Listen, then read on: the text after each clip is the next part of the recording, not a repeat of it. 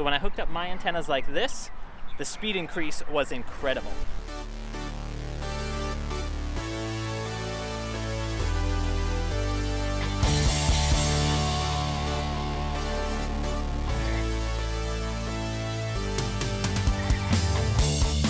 Hey, Nick from We Can Explore It here, and I want to welcome you to a segment that I'm calling How We Do It. And this is Lauren here as well. And in this segment, we're going to answer questions that we normally get from people as we go from place to place. Things like, how do you do your internet? Or how do you get all those bikes in that camper? Or even how do you get all those people in that camper? Now, knowing full well that there might not be just one right answer for every question out there, I thought it would be cool if we just shared how we do it. And in this video, I'm going to tell you how I've found the fastest internet that I've ever found on the road. And I'll show you exactly how we do it. I did do it. So before I show you what we have now, I thought I would show you what we've used in the past and what we've gotten good results from. So this one here was always my go-to device. This is a Verizon MiFi device. It's the 4620. Tina and I have the grandfathered unlimited plan, so we've had these for many, many years, and I just for a second thought of giving it up to get to their new plans to save a little bit of money, but I'm really glad that I didn't, because we've been using our grandfathered plans to do a lot of gigs, like hundreds of gigs a month. So the reason why I liked this one is because it had an external antenna port on it. And I could pull in signals from far away with this and a wire and an antenna on a mast. I've used this in many national parks to get signal when other people couldn't. So this was my go-to. About last year, maybe 2 years ago, it started to get a little buggy and I'd have to reset it all the time. So then I would start using my backup, and I'll tell you more about this one in a second. I've also used this Wilson 4G, and this is a booster. It brings in a signal and then it rebroadcasts it. And I've had mixed success with this. When I would get it hooked up, a lot of times it would go into a feedback loop, which means that the signal it was putting out was being picked up by the antenna. When I would finally get it to work right by sticking the antenna far enough away, I just got subpar speeds with it. It would work, but it just wasn't as good as having this hooked up all by itself. So I didn't quite use this that much. Now this one is my backup. What I like about this one is it has external ports as well, but it has two of them. And I'll explain more about the two in a little bit. But starting this year, this one started to get buggy. And I didn't quite know why. But then I would talk to other people and they would say, you know, I'm experiencing the same thing. And so I'm thinking that maybe Verizon is trying to phase these out. I'm not really sure, but it just wasn't working.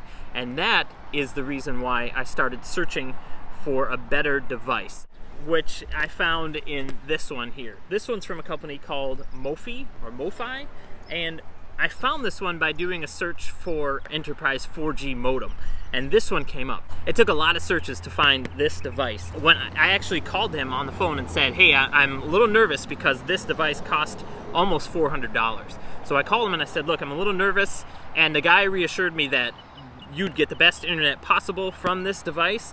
He said the Wi-Fi is much better. There's no limit. These things have like a limit of 8 devices, I believe, but there's an unlimited amount of devices that you can hook up Wi-Fi. It also has Ethernet ports on it, so I could take my computer and wire it directly into the unit. When you hook this up and you plug it in and turn it on, you'll notice a speed improvement right away. So it came with these two antennas right here, and then it had these ones hooked up to the cellular side. But the way I have it hooked up, it's really interesting. So I'll bring you in the camper and show you how I have it hooked up. They're getting some schoolwork done. All right, so I have it hooked up here and have it just inside this cabinet, and we got 12 volts coming into it right there, and we got the Wi-Fi antennas right there. You put your card, they give you this adapter, and you put your card on there and it sticks to it, and then you slide it in the slot here and you slide it in till it clicks, and these are antennas that go up to the roof. Now I took this one from behind the wall here to show you how it works. So I got some adapters from Amazon along with this wire. This is LMR 400 wire. It's really low loss. So when you're running high frequencies like this, they want to have really low loss wire that's running up. So I'll show you how that goes up to the roof. And you'll see one back there. That one goes up to the roof as well. And then you'll notice this piece of conduit coming down with some wires coming out. This is how I wire my computer in directly into the unit. So I'll take you up on the roof and show you how that works. Most people have an external antenna on their 4G modem and it's vertical, up and down. But 4G uses a technology called MIMO, multiple in, multiple out, and that utilizes two antennas at a slant polarization. So when I hooked up my antennas like this, the speed increase was incredible. So one's at an angle this way, and that one's at an angle that way. Notice the this wire as it comes out of the camper.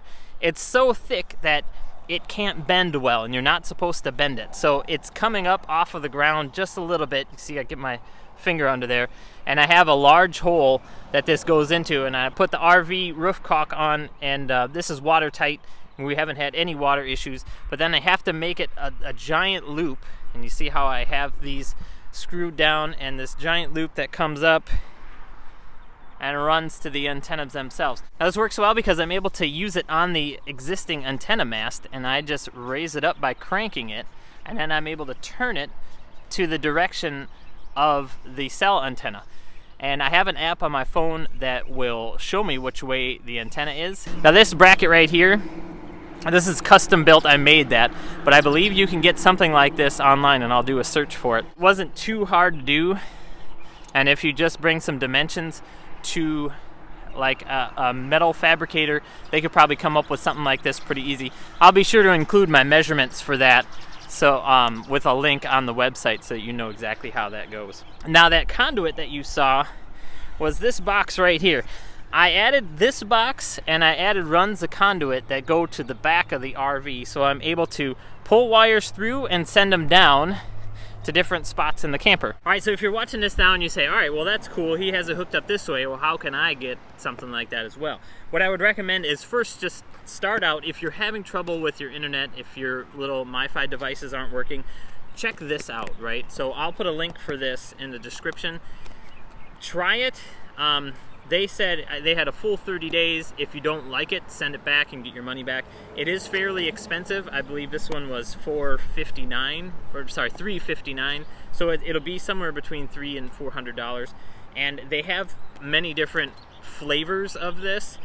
They have one for North America. They sell these all around the world. So I will put the link in for the one that is useful for Verizon, Sprint, AT&T, and all of those. These guys were great to work with. Their support is great. I haven't had any issues. It can be fairly technical if you want it to, but if you just follow their quick start guide, you just set up your Wi-Fi thing and you put in your card, and that's pretty much it. It'll figure out what carrier you use, and it'll latch on to that. There isn't much configuration that you have to do to get it to work, but you can go really in depth with it. When you plug it in, you'll notice the speeds go up right away. And how this works is they have something called carrier aggregation.